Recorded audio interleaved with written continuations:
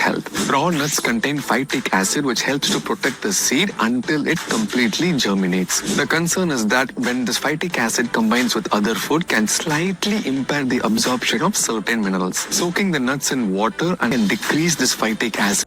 So നമുക്കറിയാവുന്ന കാര്യങ്ങൾ വെച്ചിട്ട് ഈ ക്ലെയിം ഒന്ന് വാലിഡേറ്റ് ചെയ്ത് നോക്കാം. ഫസ്റ്റ് ഓഫ് ഓൾ ഫൈറ്റിക് ആസിഡിന്റെ കെമിക്കൽ സ്ട്രക്ചർ എങ്ങനെയാണ് എന്ന് നമുക്ക് വരച്ച് നോക്കാം.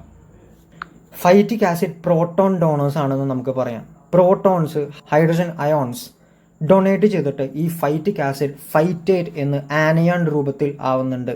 ഈ ഫൈറ്റേറ്റിലുള്ള നെഗറ്റീവ്ലി ചാർജ് ആയിട്ടുള്ള ഓക്സിജൻ ആറ്റംസ് ഡൈവാലന്റ് ആയിട്ടുള്ള mineral ions like ion, calcium, magnesium ആയിട്ട് ഇന്ററാക്ട് ചെയ്തിട്ട് ബൈൻഡ് ചെയ്യുന്നുണ്ട്.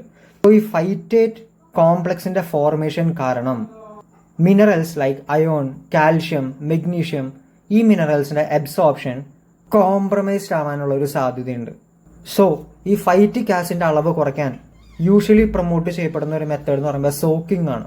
വാട്ടർ മോളിക്യൂൾസ് അവൈലബിൾ ആവുമ്പോൾ ഫൈറ്റേസ് എന്ന് പറയുന്ന എൻസൈംസിന്റെ ആക്ടിവിറ്റി ഒന്നും കൂടെ ഫെസിലിറ്റേറ്റഡ് ആവാണ്.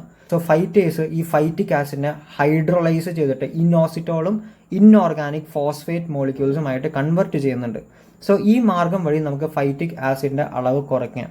അതുപോലെ തന്നെ ഈ ഫൈറ്റിക് ആസിഡിൽ മൾട്ടിപ്പിൾ OH ഗ്രൂപ്പ്സ് ഉള്ളതുകൊണ്ട് ഹൈഡ്രജൻ ബോണ്ടിങ്ങിനുള്ള ഒരു സാധ്യതയുണ്ട്. അത് കുറച്ചുകൂടെ സോലിബിൾ ആയിരിക്കും വാട്ടറിൽ.